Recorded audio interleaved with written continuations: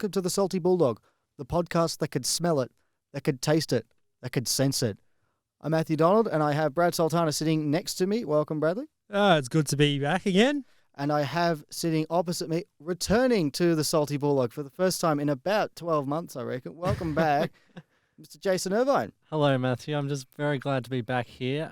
Obviously, of course, here invited on this podcast with my favourite YouTubers. You will be filling in this week for Nick physically in studio, obviously. Well, yeah, so I had to use the fill-in phrase somewhere. That's very good, actually, there. Yeah, so most weeks I normally say myself, and then I'll say Nicholas. Now, he's not here physically, as Brad said. We have got him on the line, and I don't know where you are, but welcome, Nicholas. Hello, everyone. Hello. Yes, I'm in Kyneton at the moment. I think the last time Jason was here was, I believe, round 7, where the Dogs ended up belting Richmond to the tune of 48 points. Oh, that's a good omen then, isn't it? That is a wonderful omen. So thank you. Welcome back, Jason, and welcome back to everyone. Thank you for reminding me of that. Thanks for reminding us of that, Nick. I think it was actually 47 points. 47? Oh, that's all right. Yeah, well, it felt like 48. Margin. Well, how is it in Kyneton there, Nick? You were left last Thursday, I believe? Yep, freezing. Very nice, though. It's a wonderful country town, so a bit of royalties galore there. And, yes, unfortunately, no football on the Saturday, which is a shame. Last year when I was there, I got credit to 2 exceptional matches, which were decided in the dying seconds. But that's all right. Let's get the ball rolling. Was there anything rolling around Trenton or anything like that, footy-wise? Or not that I'm aware of. I can't tell you that. Oh, I should have went up there. Not at the moment. All right, we'll get the ball rolling anyway, as you were saying. So let's go. We will. So we'll get stuck straight into it because it needs to be business as usual because it's that point in the year, and for the first time, guys, since round 3, Western Bulldogs have finished the round inside the top 8. Oh man, talk about a nice feeling to have at the moment, eh? Yeah. So that is a wonderful feeling to be back in the top 8 and the top 8 sides in the competition with 1 game to go. So we almost could not have timed it any better, but at least now our destiny is in our own hands, and it comes off the back of probably the most satisfying win since that 47-point demolition of Richmond back in round 7. Jason Irvine. I'll say the Essendon one's on on the there, road obviously. Yeah, but, for me, it was the week prior. Yeah, the Essendon game, exactly. Yeah, the Essendon one was all right, but I tell you, there's nothing tops beating the Giants. 61 points. Finally actually starting to win some games by some fair margins. They're actually kicking more goals and points. It's amazing what happens when you do that. That's 40 goals in the past 2 weeks, which is very, very refreshing. Sorry, Nick, honest, and quite a rarity. Nick, not because I can't hear you, but because I just want to hear that again. Could you just repeat that for me, please? That is 40 goals in the past 2 weeks. Now, for most teams, that's or can be seen as the norm. For us, it's an absolute exception. So it's an incredible turnaround. I think now, correct me here, we might have 4 or 5 players with over 20 goals, which again for us is an absolute ridiculous amount, considering how below par we've been in the forward half. I'll be sure to get that one up there for that one, actually. Yes, but one of Jason's favourites in Josh Shackey's just ticked over 20 goals. Did he now? Yep. Yeah. 21 for the season at the moment. So how many did you say there, Nick, actually? 21. I believe 5. We've got. So I've got 4 here, actually. 4? No, you'll be right. So 4. Who are they, please? So Sam Lloyd, obviously with 35, he's favourite of all of us here. Jason. He is Jason a loves favourite, it. obviously. Yeah, no, I think he was loved by the Tiger faithful, and they were a bit upset to see him go. Definitely a few good moments with him at the Tigers. Then the Juggernaut, fan of everyone except Jason. 29 goals, so he had a couple of opportunities to bring up the big 3-0. Didn't quite manage it. Then Tory Dixon, ever reliable, 24 goals, 8. Another reliable kick for goal, Josh Shackey, who, as we said, ticked over the 20 goal mark. He's kicked 21 goals, 6 from his 12 matches this year. After that, it's Bailey Dale, who's got 16 goals, 7. Yeah, so he was Bailey. Yeah. So he was the 5th that I think you think he might have been close. If he does play a couple more matches, we could see him get 20 goals as well. I can't remember the last time we'd have had 5 players kick more than 20 goals in a year. Might have been 2015. 4 years? Yeah. 5? No, it wouldn't be 5. It would be 4. Yeah, probably 2015. 2015 would be the best bet, of course. So, yeah. but let's talk. We'll talk more about the forwards and probably the midfield later on. But let's talk about the scores itself personally. So it was 19 goals 12 to 9 goals 11, 126 to 65. Trailed at halftime by 3 points, but then 12 unanswered goals in the second half. And when we kick goals, Bradley, we kick them in a bag. Well, that's what they said on the Doggies Facebook page. So yeah. 10 unanswered and 2 following in the back end of the second half. Yeah. Yeah. So, yeah, it's a freakish performance, First the 21 in a row the week before and then 12 in a row towards the back end of the second quarter. That's nuts, seriously. And just one more thing, just on the Giants, because we love the Giants, yeah. We love, and when they make history, we really love to allow them the opportunity to revel in it and really offer praise, credit where credit is due. We like to share with them. Yeah, we do, we like to congratulate them when they achieve, remarkable feats. Now, this weekend, they didn't kick a goal in the second half. They also managed to do that against Hawthorn last week as well. And they're the first team to do that in 108 years. The last side to go goalless in the second half in consecutive weeks was University. So well done, Giants. That really that deserves a round of applause. I think they're taking a line too seriously out of Adelaide's theme song, History in the Making. So wonderful stuff there by them. No, I don't know. I don't know what's going on with GWS at the moment. They're still a good side, so I was perplexed at what was unfolding before my eyes. They did have a couple of their no doubt, bigger no name doubt forwards out. So Jeremy Cameron is second in the Coleman. And Finlayson too. Yeah, and Finlayson was the other one. They'll probably expect to get them back by finals, but they'll be back in the first week. Yeah, but still to be goalless after half time for consecutive weeks. I think there's a bit more to it than just a couple of key personnel being out. Do you think those? Yeah. Sorry, Nick. Do you think those 2 losses in a row have shattered them? Do you reckon? Do you think it's kind of broken them? Do you reckon? What do you think? In terms of the belief to do something special? Yeah. Yes. In those regards, yes. I don't think it's destroyed their confidence in their actual ability, because when they want to play football, they're a very, very good side. Mm-hmm. And no doubt, I think they can, at the moment, probably make a semi. That's, of course, if results go the way that they hope. But that's about it. I think in terms of being a flag threat, they're done. Well, I mean, winning the premiership outside the top 4 isn't for everyone. Only the very best can manage that. But yeah, I do agree that there is a big sound in the west of the town, and it's not a very good one at the moment for the Giants. But I still shouldn't think that should take away from what we managed to produce on the weekend. I thought we were very impressive, particularly after halftime. We started well, 7 goals, 1, Nick. How do you like that for accuracy, Nick? Even Hunter kicked the goal from that pocket. It's always from his pocket. And then he has the shot. Say Lockie's pocket all the time, don't you? I do. It is his pocket. He cannot kick it anywhere other than the left pocket flank. That's it. Cannot kick it anywhere else. But the second week in a row with regards to kicking goals, I mean, against Essendon it was shared. We just spoke about the forwards a little earlier on. They shared it around a bit there as well. So Josh Shackey kicked 3 goals straight. He had 3. I like his goals. He had 3 separate ones. The first quarter, of course, was a snap. Yep. A bit of mobility there. The second one was from outbodying Aiden Core in the goal square and then just knocking it on. And the third one was a hit-up target in the fourth quarter. Yeah. So, yeah, and that was a wonderful executed set shot too. So, yeah, 3 different goals and 3 different methods. And then 2 goals to Dale, Dixon, Dunkley, Lipinski, Lloyd, Norton, all getting themselves 2 goals. And then Lockie Hunter, as you said, got a goal. Ed and Richards. Mr. Soda from dead in front. Yeah, well, he did that. That's his modus operandi there, Lockie Hunter. Kick the hard ones, miss the easy ones. Bit of Jade Rawlings in that one, actually, Brad. Yeah. And then your boy Nick Bailey-Smith got on the end of a good goal. And that was a fine finish. Yeah, and Taylor Giray managed to get one as well. I don't think he's kicked one since round 1, actually. That's correct, I believe. Yep. Yeah. First goal since round 1 against the Swans. So there's 11 goal kickers in that. And he returned to the lineup in round 14? Was it against the Pies or was it the Blues game in round 13? He returned for the Collingwood game. Yeah, and we've looked far better down back since his return, of course. Well, since the bye, we're 7-3, sitting third or fourth on the ladder post the bye rounds.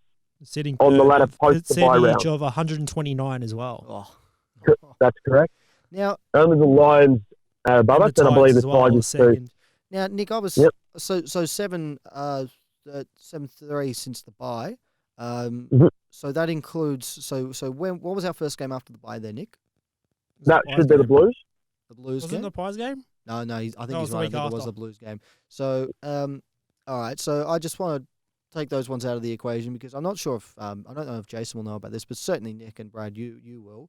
We went to a night earlier in the year with a player Q&A that had Marcus Bontempelli and Jason Johannesson there, and I asked Bontempelli about the 2016 premiership and what was the moment that group suddenly decided that playing group was able to achieve something. And he didn't want to talk too much about that group.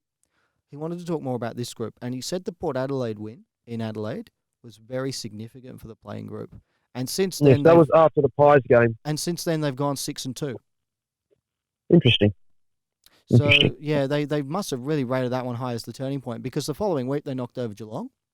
I can't think of too many bad performances since. The Saints one was the worst, but even that wasn't terrible for the whole game.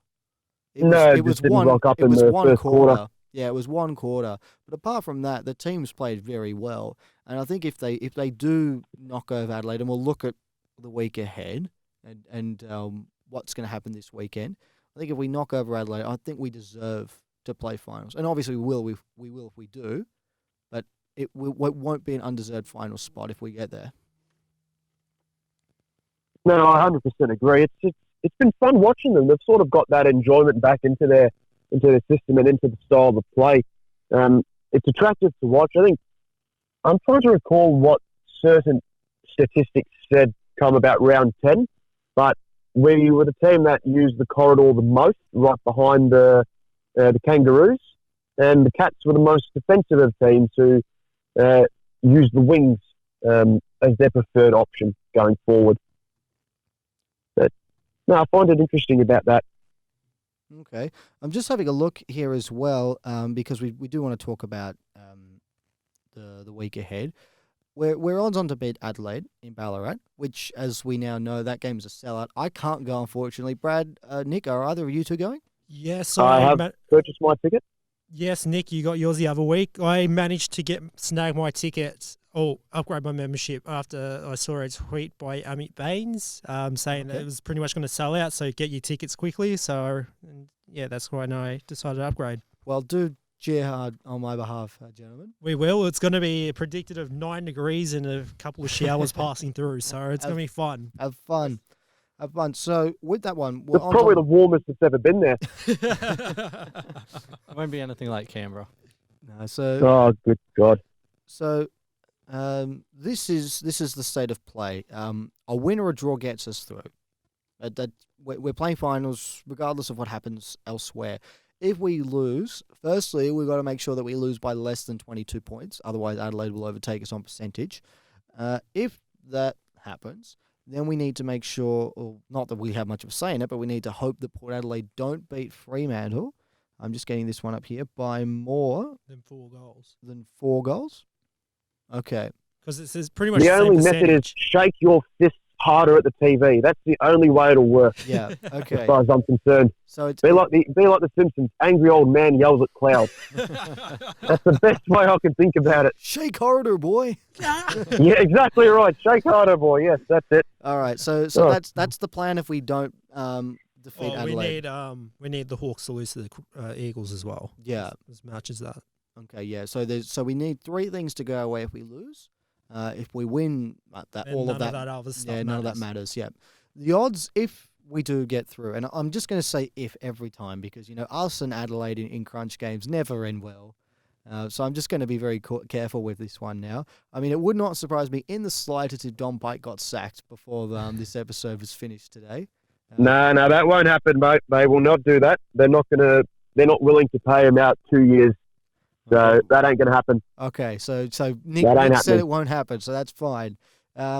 if the Dogs qualify with either a win or a draw, there's a 72% chance, and this is not my math, this is just likelihood of results, 72% chance of us going to play GWS back at Giants Stadium.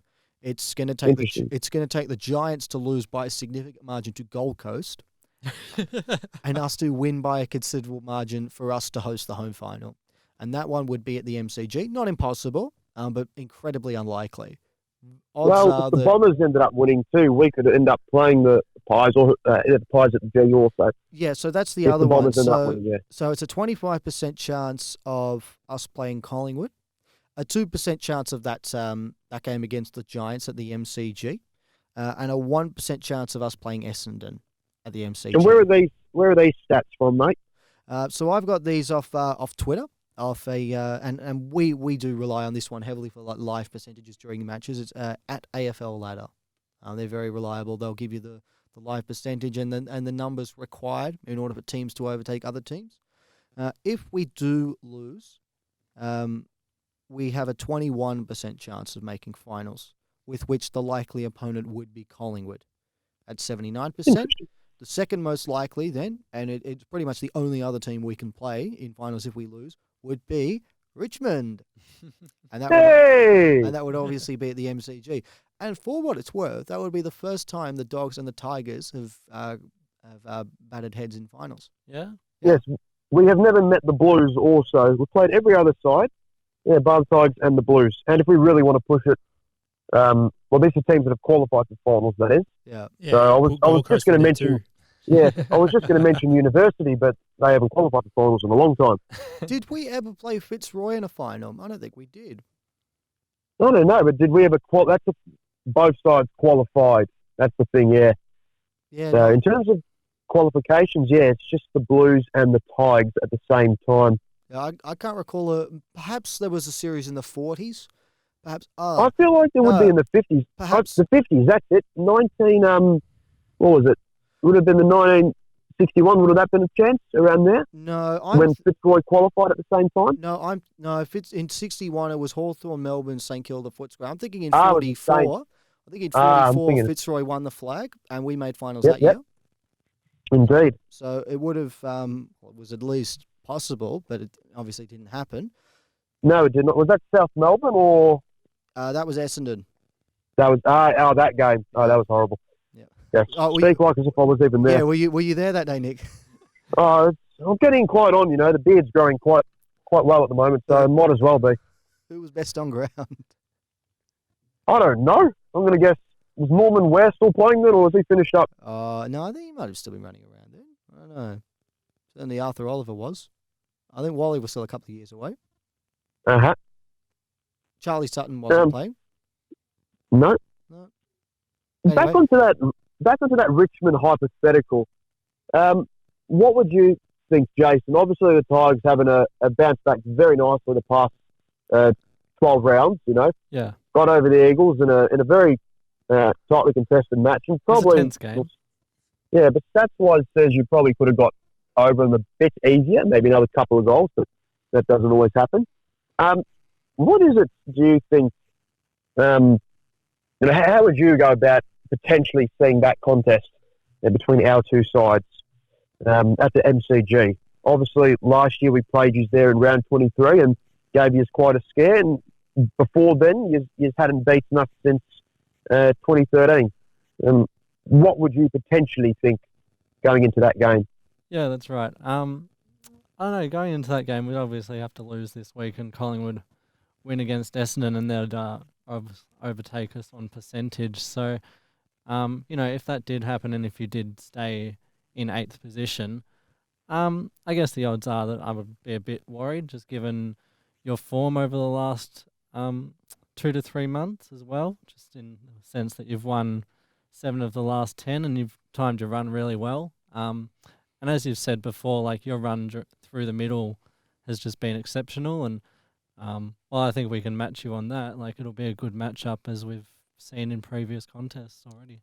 I reckon if the Dogs and Richmond played in a final, I reckon it would be the match of the entire series. I reckon if those two played, I reckon that quality of a game would be the best of all. Was it 9 games, 9 finals? Yes. Yeah, I reckon it would be the best of all the finals. I mean, both sides have got an attractive spectacle, and as do some of the others, we'll be looking forward to seeing the contrasting styles between potentially, of course, West Coast and the Cats. If those two sides line up against each other, that'd probably be up there too. Oh, I was going to say this weekend's match with Jason's Tigers versus Brisbane. That's the one I'll be keen for. Oh, that would be a ripper. That should be fantastic. Absolutely fantastic. You heading down to that? I think that was for you, Jace. Yeah, I'm not going. No, I'm not going to that either. Sandringham, unfortunately, have their last game playing at Preston. So it starts at 1 o'clock, though, the VFL game. So the AFL game starts at 3:20. So I might try and go after half-time.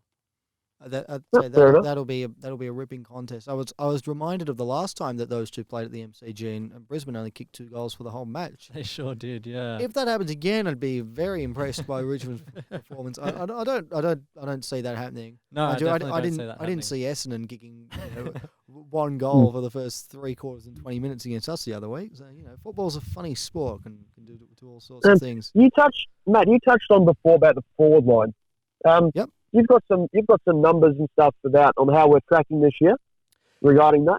Yeah, points for. I do. Yeah, so last year I believe we were either 4th or 5th lowest scoring team in the competition. I could get those numbers up now, and I will. So just bear with me. But I'm pretty sure last year we were around that mark for points scored. So let's say we were the 4th worst offensive team in the competition. We were averaging, I think it was about 70 points a game. So we were 1,575 for, which I think across 22 games works out to be about 71 points a game. So 71.5 points a game last year. This year, we are 21 matches in, the fourth best offensive team in the competition, which I think is pretty impressive given how we've lamented, particularly on this podcast, Bradley, a lot about the side's inability to be able to make the most of its chances during a year. Does that surprise you? It surprised me in the last 6 weeks, I'll tell you that. Jeez. I think so. Yeah, it's a very makeshift forward line, but it's started to gel, and the group's been, I think even JJ and Bond past couple of weeks been mentioning about the forward chemistry, how it's starting to gel quite nicely together. And you mentioned, might have been last week or the week prior, you used the word continuity a fair bit, Matt. And that's what this group, or that's what this forward 6 is starting to have, that continuity week in, week out to back it up. It's not just the continuity, and I just got it up. So we're averaging 82 points, so about an extra 2 goals a game this year. You sure about that? I thought I calculated 86, but just might be right. Might be right. So 82.20 divided by, which is points for, divided by 21 games. Oh yeah, sorry, no, you're right. 86 points. Sorry, Nick, that was my mistake. So there you go. So 4 3 goals a game. Just about. It's not just continuity in the forward line, Nick. I think it's continuity all over the ground. So with 2017, 2018, even 2016, we had a lot of injuries to key players. And I said last week that in the past 2 years, we've had a number of players go down with injuries long term.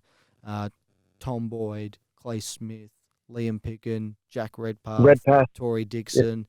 Yeah, so there's 5 players there. I'm sure there's others that I've forgotten along the way as well. Yep, Mitch Wallace at times, Libber. Yeah, Libber. Billy Gowers. Morris. Morris. I'm looking at all the forwards load, Nick. I don't think Morris has spent too much time on forward of late. He got to spend some time in his last match there, which was nice. He did, yeah. He did. That's true. First time in about 8 years. But I want to look at and I wanted to look at again the forwards this year, and this will be a nice segue into the other discussion I want to have as well. Lloyd, Norton have both played. They've been our 1-2 combination. Most weeks one of them has been leading the goal kicking for us for the match. They're 1 and 2 at the moment. Tory Dixon has played 17 games, so he missed a couple of games early on in the season here and there with just some niggling things. And then you've had Shaki, who missed almost all of the first half of the year, let's be honest. He missed after round 4 and returned in round 14. Yeah, he missed the same amount of games that Jure missed. So just visualise Jure's absence. That's exactly what Shaki's missed out And then you've had Bailey Dale, who's pretty much up until the last month been unsighted. But he's come back and he's played a more forward role. And I think what you see is you get those 5 have played a lot of games together, or most of those 5 have played a lot of football together this year. They've been consistently playing football. At the first half of the year, you had Gowers playing that role. He hasn't been able to get in the side in the second half of the year, even though he's fit. I don't think he played on the weekend. Jason, can you confirm that? Just have a look, please. So Jason will get that up. I did read it on the injury report yesterday. I can't remember what the injury was though. But I think he might have had an illness or something. Yeah, possibly. So I'm pretty sure Gowers he's available to come back though. But that tells me all of those numbers that. And all of those players in terms of being able to play well together, it's helped with the development because suddenly you've got a group that's been able to get experience together, not just AFL experience for their individual progression, but as a team be able to gel and develop that chemistry. And I think by playing all those games together, they've been able to generate that. And I think that's made a big difference. Yeah. And I think too, he's got some criticism at times this season, but praise must be given to the forwards coach in Ash Hansen. Yeah, that's what I was going to mention before. Yeah, they have to. You've got to give praise to what he's been able to do with a group that's probably rather unheralded and rather unique in its different forward traits and its abilities. It's a very new setup, and not just in terms of games played together, but it's just not one that you would genuinely say, yeah, this is gonna work for most weeks. And it somehow has. It's a first-year forward at a new club. It's a key position defender. It's a flaky wing-type forward in Bailey Dale and a fella in Tory Dixon that's barely been able to string games over the past 2 years. So it's quite good. It's quite incredible, the work that he's been able to put forward with that group. Yeah, no, I have to agree. There's been something with the forwards in recent times. I mean, I think up until that Fremantle game, correct me if I'm wrong here, Nick, you'd know. Up until the Fremantle game, right. We'd only topped the 100-point mark once this year, and that was against Hawthorn. And it took a 9-goal last quarter to get there. I mean, even in the Richmond win, which was... the Carlton game. So the 2 games. Yep, two games. Yeah, and with those ones, we'd only just cracked it. I think it was 107 points and 103 points. And even in that Richmond win, and I hate to do this to you, Jace, but it was probably for a while our best performance of the year. Even then, we didn't get to 100 points. Yeah. We got to 99. No, we spent the last 12 or so minutes on 99. Now, in 3 of the past 4 weeks, we've cracked the ton. And we haven't just cracked it. We've scored like 113 points. We've scored 130-something points, 137. And then on the weekend, we got 121 or 126 or something like that. So... And defensively too, keeping it low. Yeah, so Fremantle, we only conceded 60-something points. Brisbane... 66. Yeah, Brisbane was 98, but Brisbane are the top side in the competition. It was on their home deck. So I think to score 80 points ourselves, I think we did pretty well that week. I don't know if it was a good game. I thought we gave them a good shake. I think we did too, and I think that was frustrating that we didn't win because we played well enough to win. And then there was obviously the Essendon game where we kept it at 32 points or something like that, and then 33, and then the Giants on the weekend kept them goalless after half time, and they finished the match on 60-odd points. So I think, and I think you're right. Defensively and offensively, we've been able to get the balance right, and I think the issue has always been offensively. And I think we're still 13th or 14th in terms of defence, but I'm sure over the past 10 rounds, I think. What did you say our percentage was, Brad? Like 129 or something? 129. Are you able to find the points against in that table there? We've conceded the 6th most in the competition this year. In that time frame, is it? No, just what about for the season. That 10-week block? I haven't got that for the 10-week block. Do you don't have that one with you, Brad? It's on my phone, but it's on charge, so it's on the other side of the room at the moment, so I can't really get it. Yeah, but not to worry. I think the problem with the defence has been that we've had a lot of opportunities in the first half of the year and we weren't able to convert them. And then teams go up the other end and so they get the sucker punch goal and then they'll get another 2 or 3 soft ones.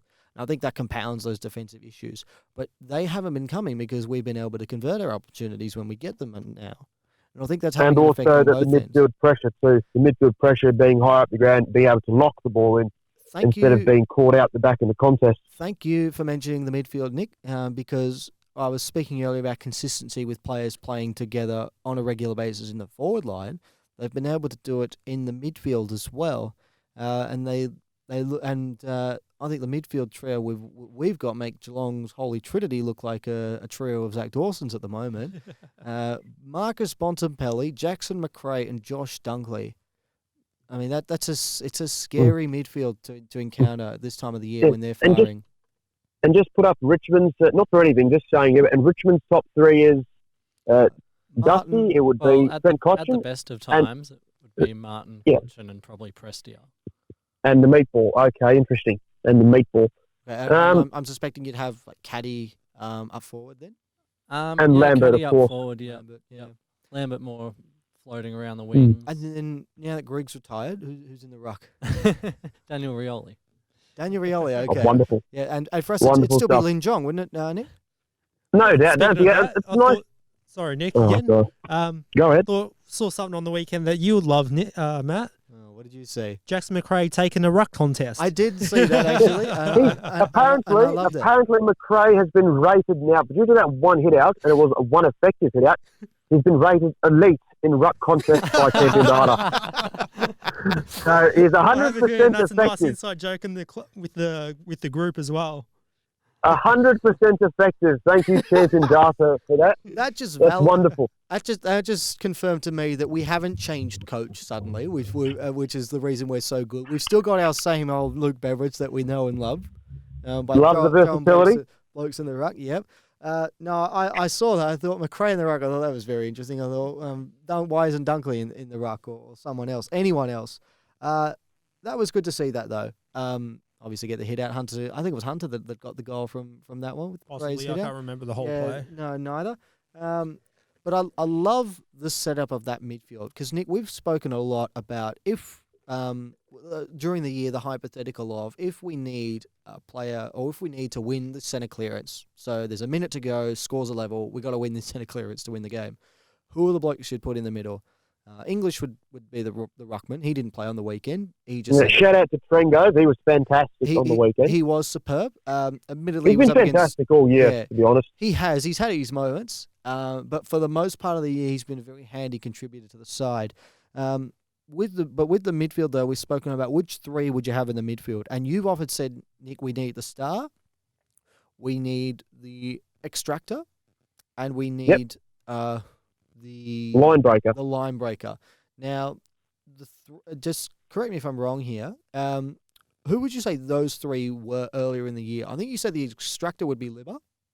Yep, that'd be right. The line breaker would be McRae or Bontempelli. Yeah, that'd be the Bont. Yeah, and then the star would be McRae. Or the star / accumulator. Yeah, is McRae at the moment, and McRae held his own, and Bont is still Bont, and of course, in the past, dozen or so weeks, that other name that has popped up is now one that we should be hearing a lot of on Brownlow night is Josh Dunkley. Yeah, now... And he's been the extractor. He may be my least favourite Bulldog in history because he may steal enough votes off Bontempelli on Brownlow night. Again, Brownlow Champion Data has got him listed on 19, tied with the Bont. And who's winning that one? That I do not know. I don't have access to that, but I just recall looking at it, yeah. The AFL Brownlow predictor. I was looking at the list earlier this week. Paddy Cripps with 26. Paddy Cripps with 26 votes. Yep. Okay. So I was saying earlier in the year that 30 would win it. And if anyone gets 30 votes, if that's true, then that would be enough. But I love that midfield trio. I think they've got it right now. It reminds me of the midfield we had in the days of Rodney Eade. You'd have it would be Boyd, Cross and Cooney. So Cross would be the contested machine. Boyd would have been the extractor / accumulator, line breaker. Cooney would be the line breaker rather. Boyd there you go. That's the accumulator. But now it's a bit rotating. It's a bit different now. And the best thing about this is that while those fellas like Boyd and Cross would have been in their late 20s, these guys are in their early to mid 20s. So this is going to be a much longer, much sustained midfield trio. Not just that too.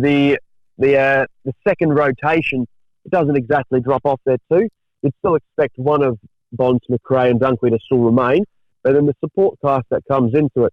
Then you add in the creativity of a Lipinski or a McLean, the line breaking ability of Bailey Smith, and of course you've got Lockie Hunter on the wings, who's also had a very fine season too. All right, so I put it to either of you there, Brad or Nick. If you can't pick any of those three, what would be your second string midfield trio for the Dogs? Smith, McLean, and this is not including injury. So Smith, McLean, and who am I going to put in there? Lipinski. Yeah, I was thinking the same three that I just mentioned. Then, yeah, Okay. and it's very simple. Lipinski's getting a bit more of a big body. Yeah. Not a huge body, but he's got enough to provide the size and the strength in the contest. Smith, obviously, with the run and grunts. He can probably play that inside role too, I think. And McLean for the even did a great role in 2017 as that extractor type. High praise for Bailey Smith in his first year. I think he's great. Yeah, He's fantastic. I don't think any of us would dispute that. He's had a terrific first season. I think that's just testament to how hard he's worked and how well he's played. Bear in mind, the guy didn't really have much of a preseason, given he had that Achilles issues. Yeah, so imagine what he'd be like with an actual preseason under his belt. Yep. I'm not going to mention the same things that we'll always have, but we're very, very lucky to have him. We were stoked to call his name out in draft night. Jason, what the hell's happened to Sydney Stack? Why is he injured? What's happened to him? He got dropped and then played in the VFL and came up with an injury and he's had surgery in the previous week, so he's probably out for the rest of the season. Well, that's a shame. He's had another sparkling season. This year anyway. Why did he get dropped? That baffles me, Matthew. I have no idea. He was one of our shining lights this year. Because everyone had been saying he was better than Walsh, and I think there was some people that were fancying him to actually win the Rising Star. I don't know if he was eligible or not, but there were definitely some people that were putting him on that Walsh level. Yeah, and then they dropped him. I don't think he was that high. Like probably not on my radar either, but. He's certainly done some dazzling things, but ankle injury occurring in the VFL, so that's kept him out now. Wheels are falling off at Tigerland, Nick. No, he's had a fine season, so he'll finish no doubt highly in the top 5. Brad, I didn't ask you your midfield trio. If you couldn't, it's probably the same as Nick's. So you got Lipinski, Toby McLean, and Shivers. Can't even remember who I was thinking. Bailey Smith. Bailey Smith, sorry. I actually would go a bit different there. I reckon I'd go Bailey Smith and I'd go McLean.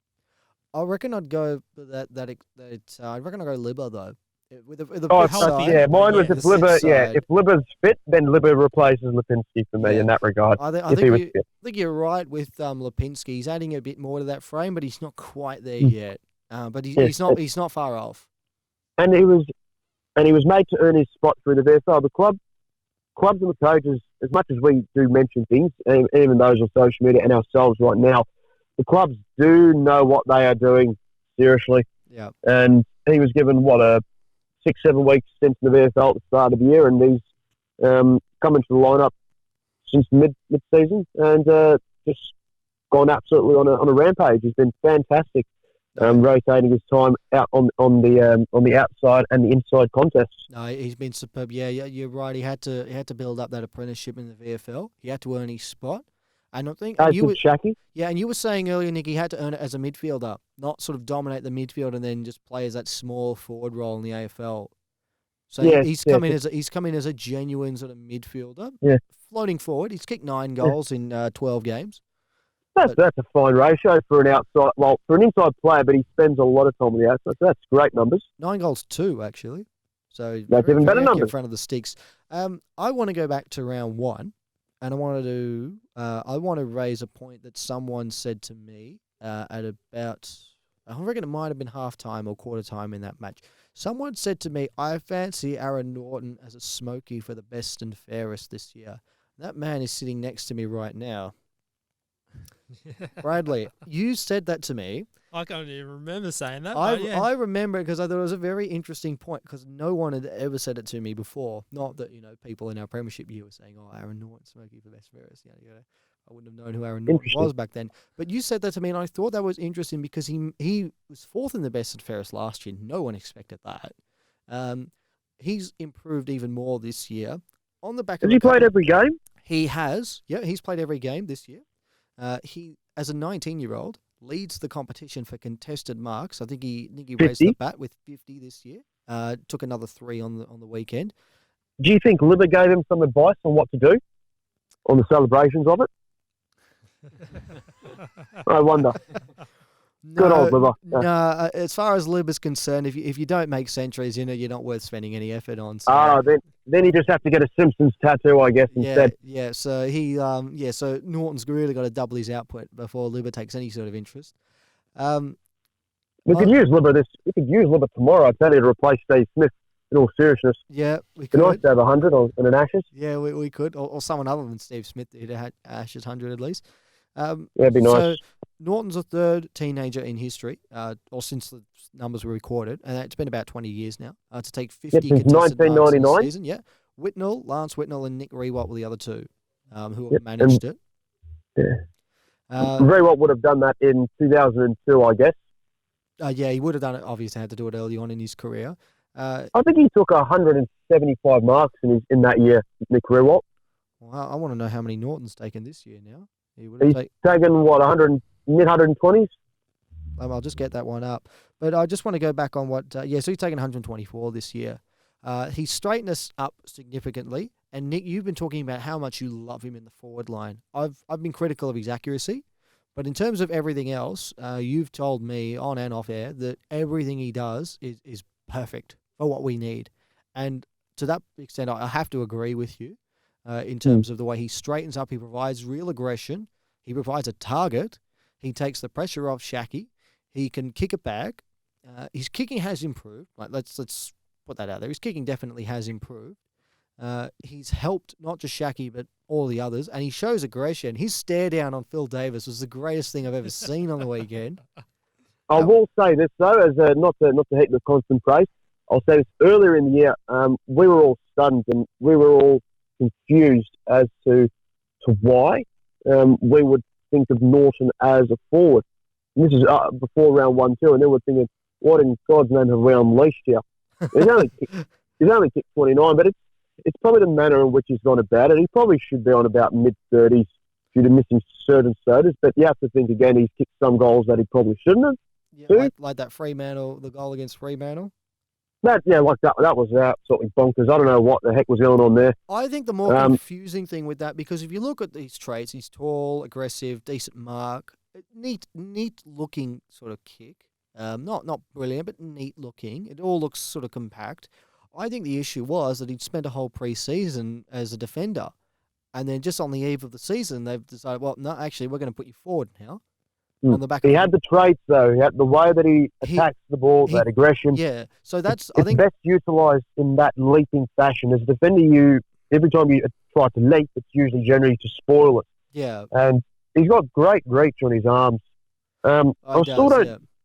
Still not sure what we're still planning to do, but regardless, I'd still now keep him as a forward. I'm fully on the bandwagon for that, and have been for probably since I'll bring it up now, since that Richmond game. So. But before that it was confusing. Yeah, so I've got to give praise to the coaching staff for that. They've just got another tick in the box and done a great job this year, bar the first 5-6 rounds, I think. He's gone very quiet over there, Jay. So we've mentioned that Richmond game a lot today. Yeah, I agree. I think that was the reason why we were all confused. Like, why would you play him in the back line for the whole pre-season and then just decide at the last minute, we'll chuck him forward now? I'm in the forward line bandwagon, especially given our lack of options there, what he brings there, but also we've got a few decent options down back as well. At the moment, anyway. What do you reckon, Brad? Are you in the forward line camp, or are you still undecided? Always been on it. I've been on it since the Sydney game. Oh, good man. Good to see that. And that's why he says best and fairest. So, best and fairest. With that in mind, who's your tip for the best and fairest now? Is it Norton, Brad? No. Unfortunately, he's had an absolutely, probably one of the best seasons I can remember from a second-year player. Or as Basil kept saying on the weekend, his debut season. Stuff Dazzle. He's got a big nose. He does. I think it's third time lucky. I think it's third time lucky for Jacko. Oh, you reckon Jacko? Yeah, I think to me, Nick? I think for me it'll be Jacko. I'll say that he's probably the best inside-outside mid. He's got the best combination of things going on. Sounded like BT question. There, Nick, with a bit of inside-outside. Question, how long have we tracked at the moment in this episode? This episode, Nick, has gone at the moment just hit the 45-minute mark. I think that might have to do it for me, unfortunately. Oh, he's got to head off, Nick. Yes, unfortunately, that might be it for myself. I'll have to ring a few changes, but it's always been a pleasure. It's always enjoyable having to do these things. Yeah. And I'll look forward to probably having a discussion, hopefully in a positive manner, next Wednesday at the same time. So, sorry about that, boys. No, that's all right there. That's all right there, Nick. Thank you for dropping in and having a chat with us for as long as you have, taking your time out of your holidays. We really do appreciate that. But we'll let you go to it and enjoy the rest of your holiday, and hopefully you enjoy the game on Sunday as well. We look forward to having you next week. Hopefully this doesn't stuff up the recording at all. We'll be fine. I'll perish the thought, Nick. Not to worry. All right, have a good one, guys. All right, take care, Nick. Thanks for that. Ta-da. And just like that, he's gone. All right. Bit of a shame. Yeah, that was unexpected, but anyway. Yeah, he sort of dropped out, and well, at least he told us that he thought it was third time lucky for Jacko. Yep. Whose camp would you be in then? It's so hard. It's a 3-horse race at the moment. Oh, I know Nick from 3 now. You're playing a very dangerous game, Brad Sultana. Yes, I know. Could have said 4, but nah. Unfortunately, I think Norton will be dropping down to 4th again this season. In 3rd, I'm going to have to go with Josh Dunkley. 2nd, Marcus Bontempelli. And 1st, I agree with Nick, Jack McRae. Okay. So you got Jacko winning. Okay, that's interesting. I'm not sure who I'd go with there. I feel like internally they rate McRae's season a lot higher than Bont's. So I feel like McRae will win it as well. I reckon your top 3 will be close. I'm not sure where Lockie Hunter features and all that, though. They tend to rate him quite highly. Well, he's not my... I did say Norton will be 4th, but maybe I might drop Norton down 1 and put Hunter in 4th. It'll be a very interesting count. Yeah. I think that's got to be... It's got to be... that much has got to be true. I want to look at the VFL now because Footscray have won again. I think they've locked up a top 2 position, which means a home final at the Western Oval, which will be exciting. Always good to see us play finals. They play games there, actually, in general. And I believe our VFL expert, Jason over there, has got some numbers on that one. It was an interesting match. I think we kicked into the breeze and we gave up a 5 or 6 goal lead at quarter time to North Melbourne. But stormed home to get the win. I think we kicked the last 5 or 6 goals of the game. And it was a late shot from Lucas Webb on the boundary line that won us the match. It's good to see him back playing well for Footscray in the VFL. JC, you've got the numbers there. Yes, I do. So, obviously a good win for Footscray over North Melbourne. And as you said, it was Lucas Webb that scored that winning goal after Boyd tied the scores up with a behind. But yeah, I guess it was just great play by the Dogs to get the win because North Melbourne were up by about 30 points sort of at quarter time and into the second quarter as well. Fought back the lead for a bit in the 3rd, but then North sort of stormed through with some more goals. But I can read you out the player stats right now if you'd like me to. Yeah, so just go through the top ball winners and the top goal scorers there for me, Jones. Sure. So Webb was leading all disposal getters on the ground with 31. He also kicked 1 goal, 2, and had 7 tackles. Not a bad day actually. 31 a goal and 7 tackles. He's had a rough 12 months as well, Lucas. So it's good to see him playing some good football. I want to mention something after Jason wraps up the stats from the VFL that we haven't mentioned yet, which is very surprising. Sure, all right. Anthony Scott, he had 23 disposals, 1 goal and 7 tackles. Mm-hmm. We've got Robbie McComb, he had 22, as did Riley West, who had 22. West also kicked 2 goals and had 10 tackles. So really good by him.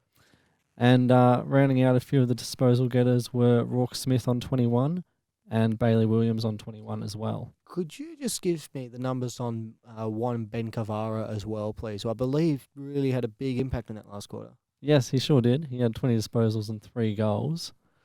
Good on him. In the last quarter, I think he kicked 2 goals in the last quarter, from memory. he did 2 goals. Yep. Now, Brad, what was this you had to say? Lewis Young coming into the He squad, did, yeah. to the side. Yeah, now Sunday morning gets a phone call at 7 a.m. Mate, we need you to fly up to Sydney. All right. 10 o'clock in the morning is on the flight to Sydney. 3:20 he's playing for the Now, Dogs. if that were me, I would be waking up until 10 o'clock in the morning. There's no way I'd be answering the phone at 7 a.m., fellas. No, so that's full play to all power to Lewis Young. And it's probably, you were going to say? Oh, he played a bloody ripper game as well. He did, yeah. So it's probably a nice segue into his performance, actually. I think it was 17 disposals, seven marks, I something think. like that. Yeah. One, he out of the 7 one-on-one contests he faced, he only lost 1 of them. So we either tied or won the other 6. He had a very good game. Hard to see him getting dropped, actually. No, I don't want him getting dropped. I don't see how you could. I mean, there was some good numbers in the VFL. Jason just pointed out. Obviously, Lucas Webb had a big day out, and a couple of others. Bailey Williams got a few. Cavara kicked a couple of goals, but I can't see the team making any changes apart from Timmy English is certain to return. Tim They've English. announced that he's going to be Yeah, so the reason Lewis Young filled in was because English had some gastro. Interestingly enough, Shane Mumford also had gastro in the opposition Supposedly. ruckman for the. Yeah, so I think Basil alluded to the ruckman's convention having something in the food. But those two are out. Obviously, Mumford doesn't concern us at this stage. English coming back into the side though very much does. You'd have to say he walks in, but someone's got to come out for him. Who would you drop? Someone is unlucky. I know. Like, we were in this dilemma a few weeks ago when Riley West got dropped. I can't see who can get dropped. Who would you drop?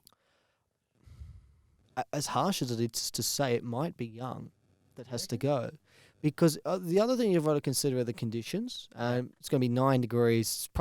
It's going to be raining. Yep. It's going to be doing everything except being nice in terms of Ballarat weather. So you got to be mindful not to bring in Ballarat actually. So, of course it is on the day that there's no football. But you got to be mindful of bringing in too many tools. Yep. So if you're going to bring in one, you can't drop someone. I mean, if we were playing at Marvel Stadium, you might consider dropping like a Hayes. Again, that would be unlucky. Hayes was playing well, though. Yeah, again, you'd be harsh to drop him, but you'd probably look to drop one of those, more sort of vulnerable players that haven't sewn up their position as well as the likes of a Bontempelli or a McRae.